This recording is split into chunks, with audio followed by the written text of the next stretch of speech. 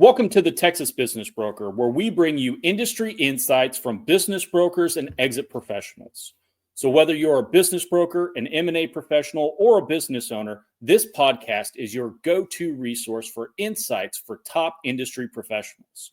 I'm your host, Josh Carnes with Line Business Advisors, and I'm currently serve as the Vice President of the Texas Association of Business Brokers.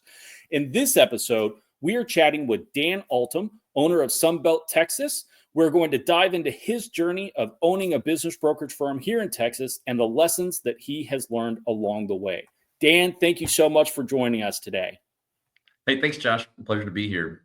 Perfect. Why don't you start? Tell us a little bit about yourself, a little bit about Sunbelt, Texas, and what you have going on there in Houston. Sure. Well, Houston's great, so that's good. So Dan Altom with Sunbelt Business Brokers. We're a national franchise. I own the Houston markets. I'm the third owner of the franchise, actually. So we've been around for 30 some odd years. And you'd think we'd know how many deals we'd closed, but that seems to be lost to obscurity. So we're guessing it's around 1,000. We've got a team of about 10 brokers here in town with all kinds of experience, longevity. They do a lot of deals. Trying to think of what else. I got into business about 6 years ago. I bought the practice and came on as a partner. Before that, I'd actually been, I'm not just the president, I'm a client. I had bought several businesses through the Sunbelt practice. And so when I got done doing all that, they made me an offer I couldn't refuse and came on board to become the managing partner. Perfect. And I that's kind of the core of what we wanted to talk about today is really your journey into that. So let's start right there. What was that moment where you transitioned from being a client to a business broker? How did that look? Yeah, sure. So, I graduated from Texas A&M with a finance degree and went to work for a CPA. And my job there was as valuation and securities transactions. And so I'd just been around that for a while. And then even though I'd promised everyone that I knew that I wasn't going to be an entrepreneur like my parents and family, somehow it found me anyways. And so started and acquired and then ended up selling several businesses and worked closely with the Sunbelt office over a period of probably 10 years. We did several deals together and just got to know the previous managing partner, whose name is Dan as well. So I'm Dan 2.0. He never appreciates that. But just got to know him really well. And, kind of was in my wheelhouse of, I've been doing small business transactions or valuation work for, almost 20 years at that point. And so it just kind of made sense with what I was up to. And I was in a place in life where I could kind of take on that hunter-killer mode of you eat what you kill kind of deal, which is a pretty big bite to take off in this industry with the long sales cycles and those kinds of things. So we worked out a deal, and it was probably all the things that we would never tell our clients to do from a transaction standpoint, and made it work. And so here we are. Once you did that, what did that transition period look like where you actually stepped in and became managing director of Sunbelt there? Sure. And so it was interesting to be kind of, with the foot on both sides of the transaction. So it was a little strange. And the previous owner stuck around. He still comes in a few days a week, 6 days, 6 years later, mostly to torment me. I think he takes great pleasure in that. So people that know him will appreciate that as well. Mm-hmm. But we had a cutoff date, where it was like, hey, here's what's going to happen.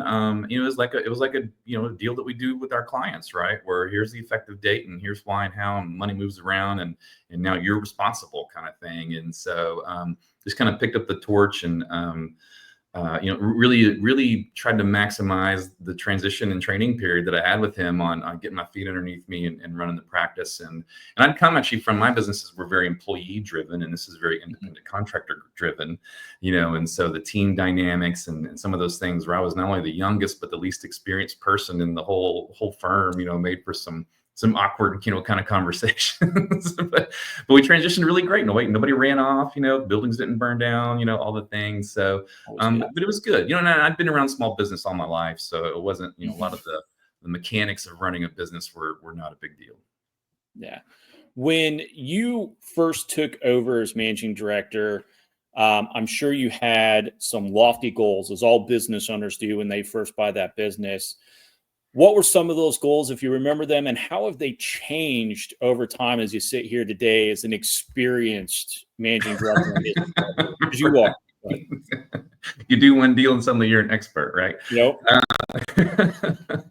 I really tried to adhere to the advice from the seller or the brokers involved, where you really don't want to change anything for as long as you can, just to kind of, you've got this machine and it's part of what you're buying and all those things. And so we really tried to tweak some things. So that was 2019, right? So 6 months in, COVID hits, right? And so if anything, that changed a lot of how we did things, because the firm was still very much in the mindset of, hey, we know what works, and what was working at the time was, lots of in-person meetings and paperwork and, kicking down the doors and making calls and those kinds of things, where we really upped our technology game in 2020 because, we had to keep track, at least in our opinion. All of our deals fell off the table.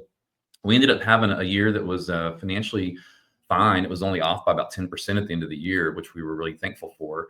And we think that was just because we pivoted really quickly into all the to us, it was new technology with the video calls and DocuSign. My guys were thought DocuSign was, a miracle, in digital format, kind of thing. So, and some things like that. So that was kind of the first year and a half was, just kind of reacting to that.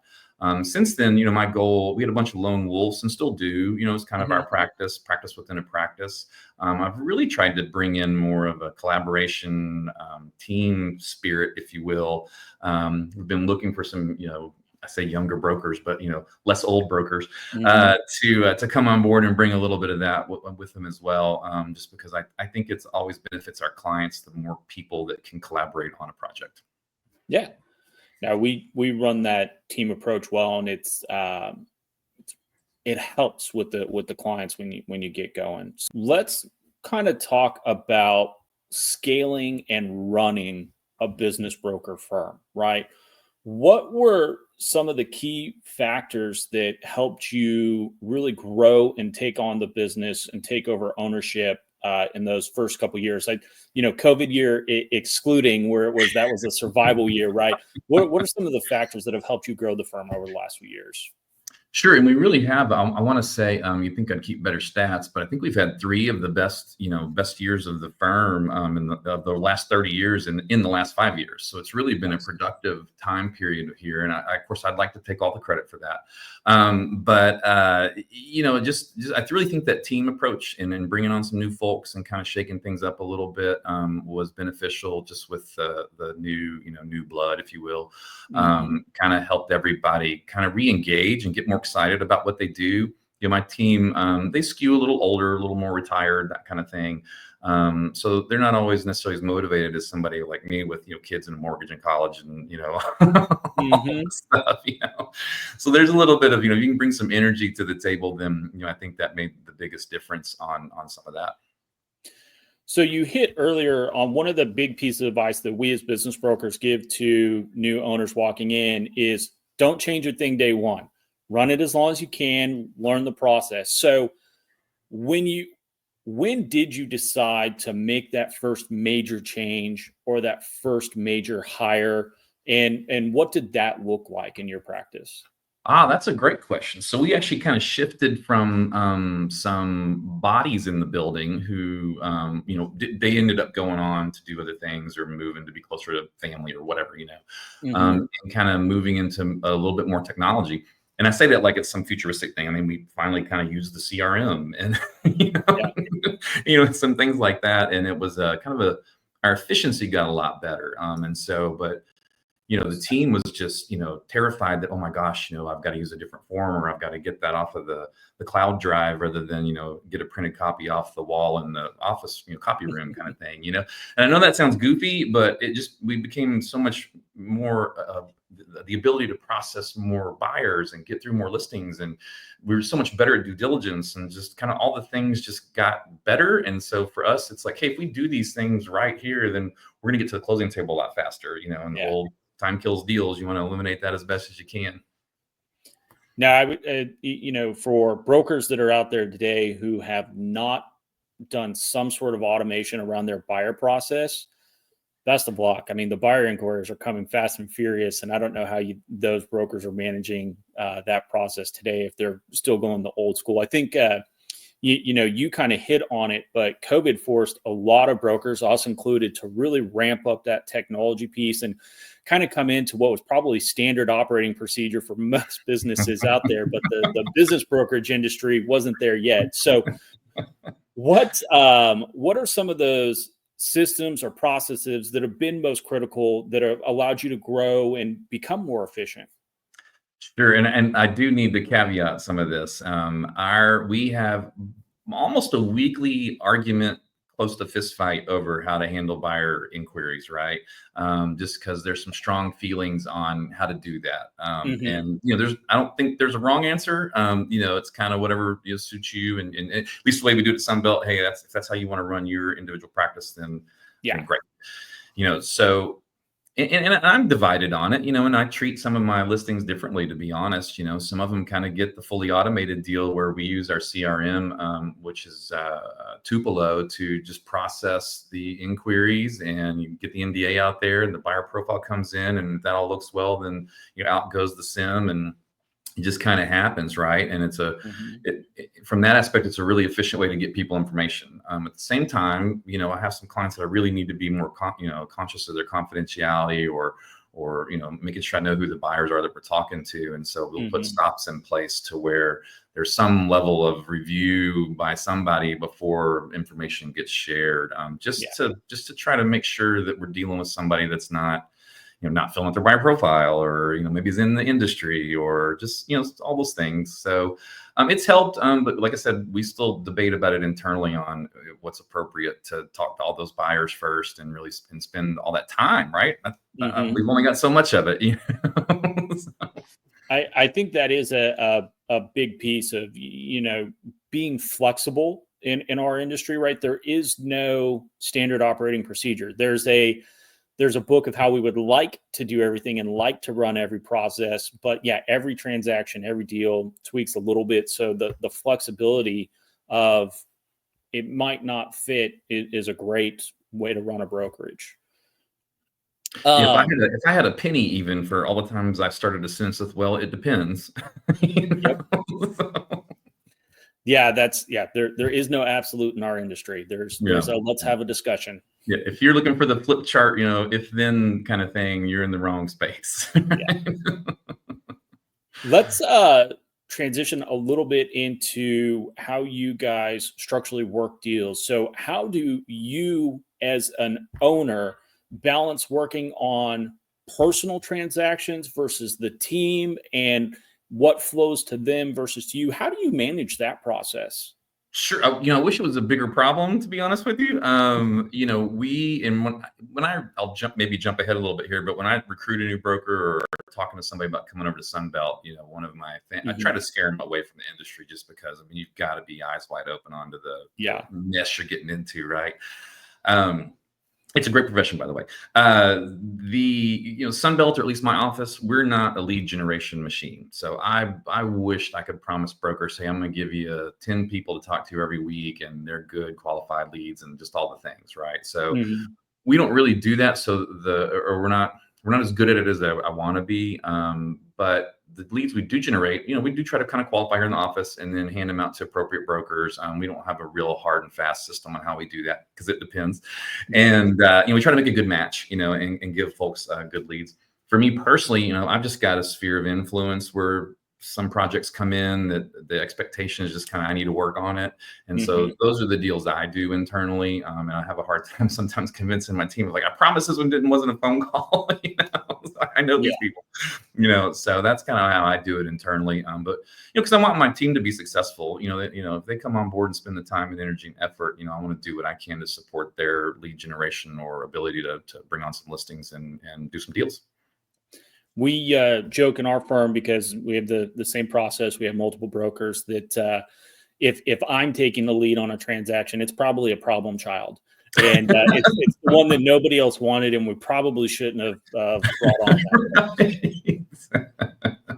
on. You hit on, bringing on brokers to the firm and stuff like that. So let's kind of transition to you building a strong brokerage team and what that looks like. What training and support do you provide new business brokers as they come on to work with you? Sure. So, specific to that, we have a little plan, so we have some support from our franchisor, right? They've got a whole pretty good library of training that they provide. We have a little internal designation and some things like that. So, so I've got kind of a list of, hey, here's some things that, and depending upon kind of where you are with what you know about the industry. If you don't know anything about anything, then that's one thing. And maybe your strength is in sales, maybe it's the financial piece, maybe it's the whatever, right? So I do try to tailor it to, hey, I don't want to make you watch something about stuff that you already know, right? And then I've got I think it's 8 topics that we'll go over that are probably more specific to either Sunbelt or just kind of our philosophy here or how our office works, and we really do kind of believe, hey, if you can get into this box at our firm, then you'll get this deal done. So and here's what that box looks like. So that's the training we go through. We've brought on folks that maybe don't know much about financial statements, so we focus on that a lot. Maybe some folks who aren't strong on the sales side of it, and so we focus on kind of, hey, here's how that process works. And so those are the different pieces we hit on, and then we try to use some resources in the industry to help us with valuation pieces and prospecting and all those things, and get you up to speed on as much of that as as you want or can handle, and kind of move it from there. Real quick side note on the training piece of it. Yeah, I've learned a hard lesson the last couple of years and I kind of feel responsible for maybe some folks not being as successful as they could have been because they weren't devoting enough. It's not necessarily an amount of time, but if Sunbelt and business brokering is not their priority for maybe income generation or however you want to frame that, it just doesn't seem to work at our firm with the way we move brokers into being knowledgeable enough to kind of operate on their own. So that's something I've really focused on lately is, hey, you got to know all the terrifying things about getting into this business so you can say, yes, I'll do. Yes, I still want to do it, and then show up. So it is one of these interesting industries where there's not a lot of people in it, and the barrier to entry at face value isn't that big. It's just sales. But when you really start diving into it, and the fact that this is, if you're lucky, you'll get a check in your first year if you're lucky. And we do the same thing at Lion, where we tell people, well, this is a horrible industry, and if you're not prepared, you will fail. And we see, you were the past chapter president in Houston. I was the past chapter president in Austin. And I can't tell you how many new brokers would come in, try the industry, and you're like, hey, and just you hit on it. They're like, well, I'm doing this on the side, or I'm doing some other sort of sales while I try to hop in the industry. And you're just like, okay. And 3-4 months later, you never see them again. And the bringing on new brokers to the industry is really, really hard to do, which kind of leads to our next question here is, what do you look for when bringing on a new broker, whether it be someone who is already brokering other places or someone who's going to be brand new to the industry? Sure. Now I've got a checklist. It's probably 30 years old, that I kind of get people to go through, and some of it's kind of, a little weird, but if you get a no on any of these things, it's like, well, hang on for a second. But it's things like, have you filed your own tax return at any point? Do you know how to, can you use a computer? Some kind of basic stuff that seems odd, but it really has kind of helped. I get a little optimistic about folks, and if they think that this is a career for them, I really do want to support that option for them. But I definitely want to make sure that they know kind of some of the ins and outs if they haven't been around the space. Because I heard the same thing you just said was, well, I'm doing this, but I want to dip my toe into it or whatever. And it's like, well, you can't. There's not a toe dipping; it's the cannonball. It's. So I try to refer folks that kind of give that vibe off to, well, hey, let's do a referral deal, and that way, if you're out there and you're bird dogging some good leads, and they turn into something, I can get you paid, but you don't have to really do anything, and I don't have to spend a tremendous amount of time and resources on getting you up to speed just to have you go, oh, this is really hard. That's a great option that I haven't considered personally, because it's one of those things where, especially when you make friends. We've got younger kids and so all that. And they go, what do you do? And it's this industry and this job, if you will, has been one of the greatest things for me. Like I truly believe I found my thing, and it's allowed me to coach the kids in sports and to be super active and do my own schedule. And so for me, it's one of the greatest industries ever. And people look at it and they go, what do you do? How do I get into that? And you tell them, look, it's go slam your head against the wall for a year and then you can come in. It's right. So we do require our brokers to have owned their own business at some point, though. Like if you, because it's one of those things, if you've never owned a business, then you don't know what you're talking about, I don't know any other way to say it. Yeah. One of the key checkpoints for us when we're talking to people that we kind of hit up front is we ask about their personal finances. And some people look at you and be like, that's weird. And I'm like, look, you need to financially support yourself for a year. And that year transition time, it's a real thing in our industry. Now, some people get lucky and they walk in, they have a deal, they have a client or something like that. But we tell people in the interview process, like, you need to show me you can support yourself for a year. And it also goes for our clients, right? So I don't need someone who needs this deal to close to pay their rent, right? Like that's just, you don't want to put yourself in that situation, your clients in that situation. So it's a great rewarding industry, but it is a tough one to hop into. So, and I use that same phrase. I can show you ways to make a little bit of money sooner, but I mean, it's not, and you're going to spend some money, so you cannot count on $1 from this thing for a year. Yep. Yeah. Let's kind of transition here and talk about marketing and growing a business brokerage firm. What has been your most effective or your go-to strategy for getting new listings? Well, I keep waiting for the Texas Business Broker podcast to give me the answer to that, but so that's why you're on today. We're not even doing a podcast. I just wanted to find out where you're getting your listings. Right. So, our firm does, 20-ish deals a year is kind of our thing.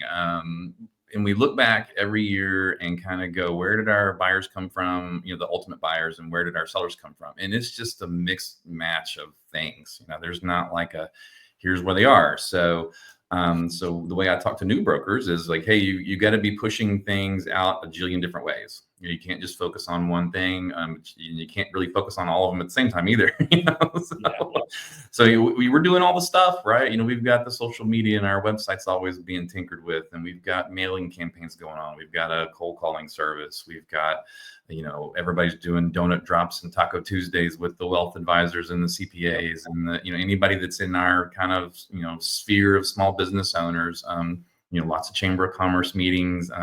You can eat your way through Chamber of Commerce membership if you don't know that already. But, so just kind of out there, anytime I, shake hands with the business owner, to me, it's worth doing. Right. So I know that's kind of a non-answer to your question, but, you kind of got a little bit of it going on everywhere. And it's like everything else, it's relationships, and the majority of our, good listings come from, folks that we, already have a relationship with, and they get referred in, and they're like, hey, understand you want to do this, go talk to these guys, and that's kind of the way it goes. So so just the more people you can meet, the bigger your contact list is, the it's a numbers game.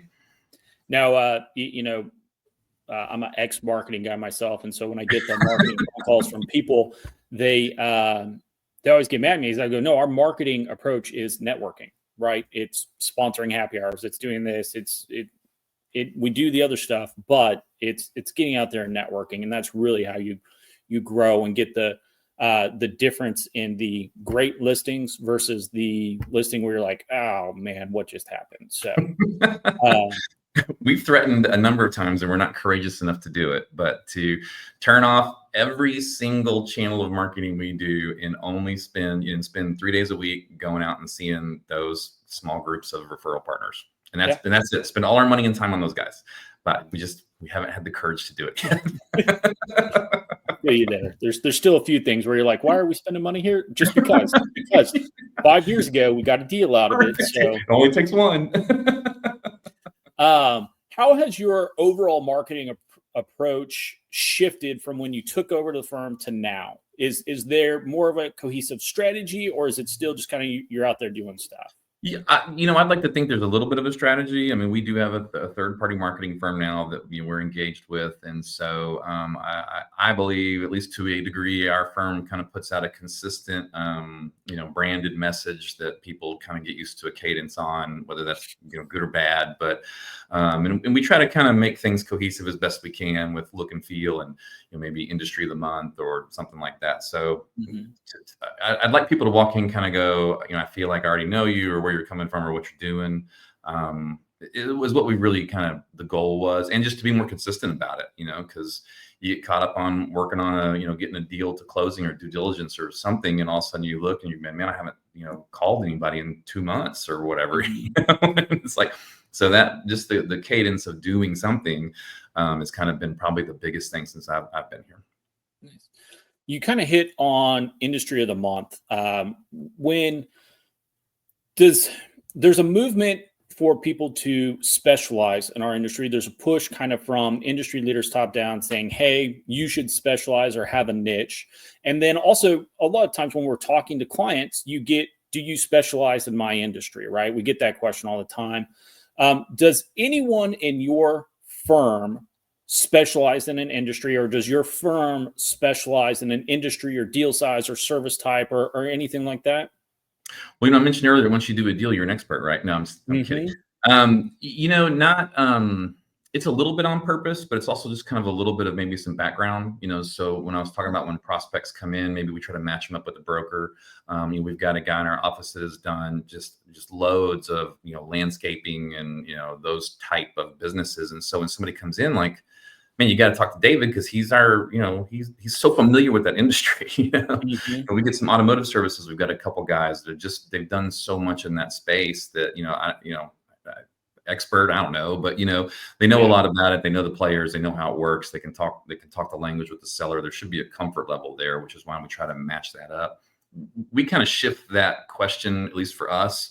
At Sunbelt, we say, hey, our niche or our industry is we embrace being small business brokers. We're not trying to tell you that we're doing the slower middle markets. We can, we've got several Yeah. large deals closing this year. So there's not like a lack of skill, but man, our sweet spot sure is working with, because I get that sometimes too. Hey, am I big enough for you? And it's like, well, probably.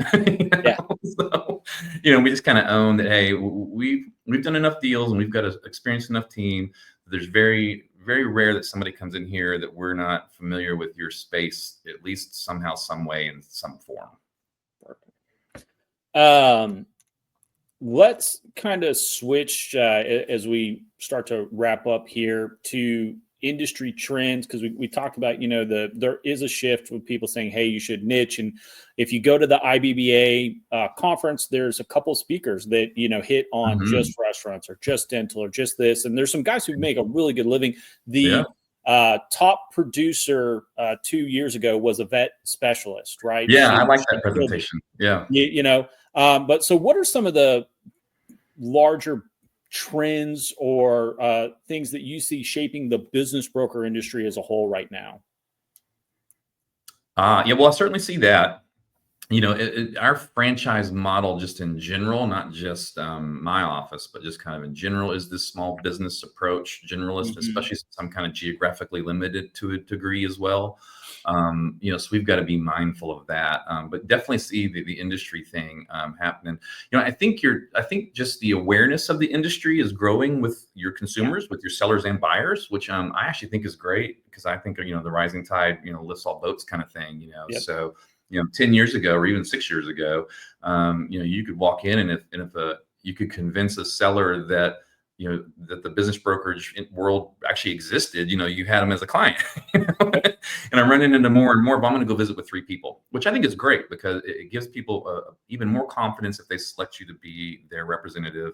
And it also gives everybody a chance that's in the space to go, man, I really got to, perform and do my job at the highest level to give these guys the right level of service to continue to do this, So I think it makes the business brokerage industry better. I think it gives people more choices. And so I just like that, TAB has always been focused on education and those kinds of things. But I really think, just the public awareness of this space, and it not being equated to being a used car salesman, It's, we're professionals and we're smart. And we know what we're doing. And I still run up against strategic buyers and private equity groups that just, oh, the business brokers here, whatever. And, we end up doing a fantastic deal for our seller because they thought we didn't know what we were doing. Yeah. So. No, it's definitely, I think, a big positive and I've seen it over the last decade as well. When I came into the industry, nobody knew what a business broker was. Now, there's still people out there who don't. Sure. But that is definitely shifting away to where people know what a business broker is, and you got to start actually differentiating yourself on how your firm practices, how you practice, and I agree. I think it's a great thing. You actually have to be good at business brokering today to get a great deal done, right? And so it's a positive for the industry. Yeah. Yeah. Yeah. Because people know better, and you can't just tell them, hey, this is how it works. And they go, okay. They've actually got some knowledge about it, which I think is fantastic. Yeah. As we wrap up here, what advice do you have to that individual who is already a broker who's looking at branching out on their own, or the business owner who just exited and said, hey, I think I want to do this industry? Yeah. Any advice between franchise, non-franchise, or someone who's looking at diving into this? Like, let's wrap up there. Well, I mean, if you're going to get into the space, of course, you need to join a Sunbelt office. No. I'm not super, because the way I got into the industry, I haven't experienced other firms and those kinds of things.